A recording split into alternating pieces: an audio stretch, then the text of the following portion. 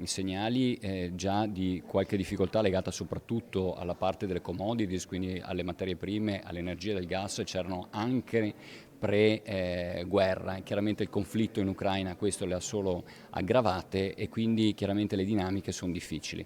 I dati però rimangono positivi, le aziende hanno ancora dei buoni portafogli ordini e questo quindi dà sicuramente grande fiducia.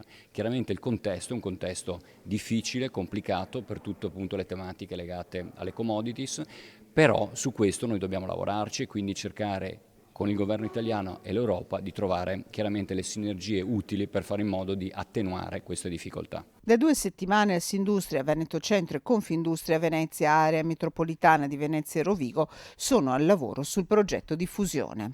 Il cammino è in itinere, nel senso che abbiamo appena iniziato la condivisione con tutti gli associati per capire appunto quanto è apprezzata questa aggregazione, che deve avere una valenza fondamentale, cioè quella di crescere come massa critica per permetterci di avere una progettualità anche più ampia e più forte e quindi per dare ancora più spessore e più forza alle nostre aziende.